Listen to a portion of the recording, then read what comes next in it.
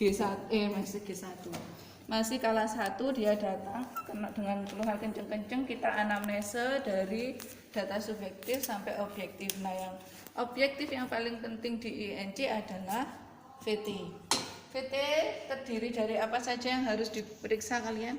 Masih ingat? 10. Apa aja?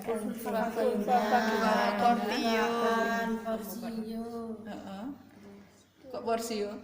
Yang pertama, vulva vagina, apakah ada lendir darah. Yang kedua adalah pembukaan, kemudian penipisan serviks atau efisement, ketuban, bagian terendah, bagian terdahulu atau denominator, kemudian adakah molase atau tidak, penurunan kepala atau hot, yang terakhir adakah bagian kecil janin atau tali pusat di samping bagian terendah. Nah, otomatis kalau misalkan mau VT, kita yang diperlukan adalah Hanskun dan vulva hygiene. Ini jadi satu, nggak ada lagi ya, nggak apa-apa di sini.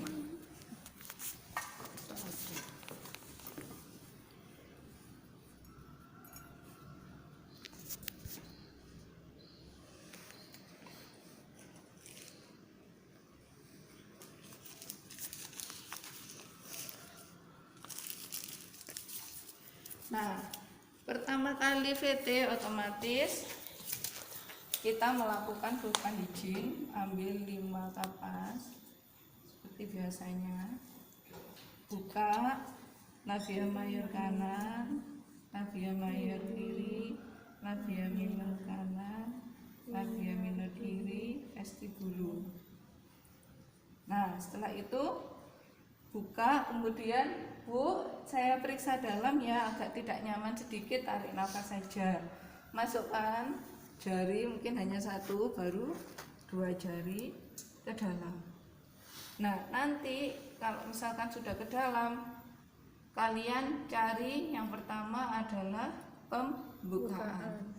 Nah, setelah pembukaan baru kalian raba efisement, ketuban, bagian terendahnya apa, kepala atau bokong atau bagian kecil, kemudian bagian terdahulunya, kalau kepala kalian cari sudah teraba enggak ubun-ubun kecilnya, kalau bokong ada enggak sakrumnya, atau kalau misalkan kepala tidak, bukan ke belakang kepala, apakah teraba hidung atau mulut atau yang lainnya.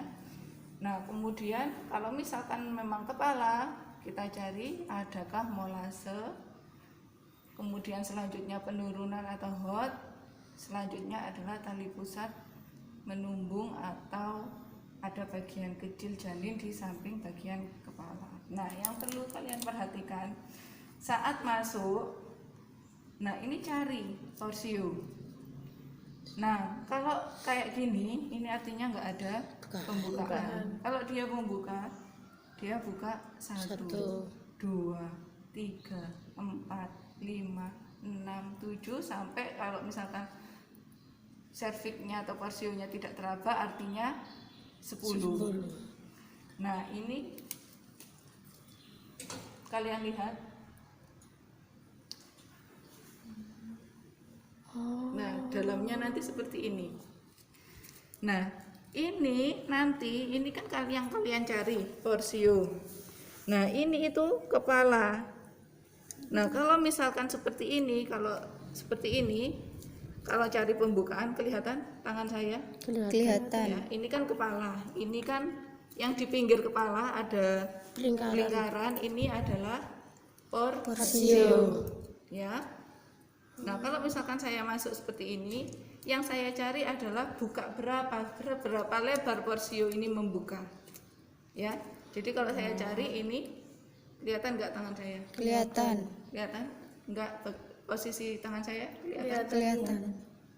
Ini berarti saya cari pembukaan. Kalau seperti ini sekitar 6 cm. Kita coba. Tuh, 6 cm ya.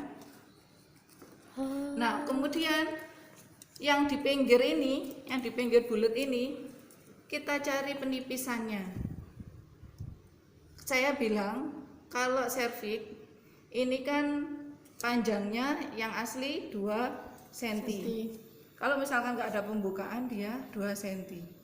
Kalau misalkan dia hanya 2 cm kan bisa kalian ukur dari ruas jari ini ya. Nah kalau misalkan tinggal 1 ruas jari berarti dia tinggal 1 cm. Kalau misalkan tinggal 1 cm artinya 50%. Seperti ini. Ini juga, nah ini tinggal 1 cm penebalannya. Jadi dia efisiennya 50%. Penebalan ini loh. Nah ini serviks, yang di pinggir ini serviks. Kita periksa penebalannya. Nah seperti itu. Saya cari.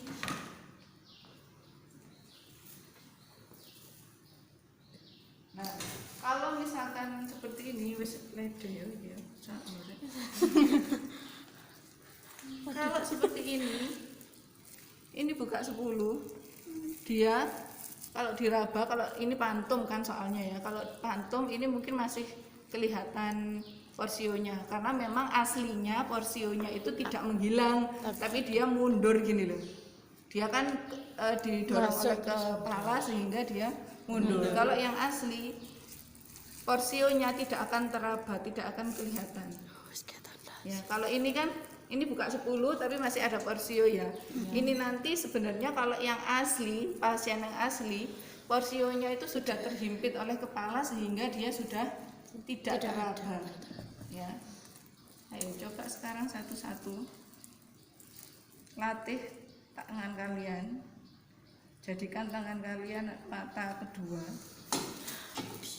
Itu karena pembukaan lengkap, ketubannya masih utuh.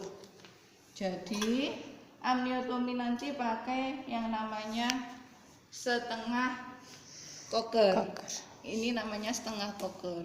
Tapi yang bagus bahannya harusnya stainless, bukan plastik ya. Nah setengah koker ini nanti saat mau amniotomi kita masukkan kedua jari ke dalam ya. Terus habis gitu ini gini ya nanti gini, kemudian terlalu ini agak sini, ambil setengah koker. Nah kemudian dimasukkan ke dalam seperti ini. Jadi saya di luar dulu ya. Tangannya masuk sampai menyentuh ke selaput ketuban.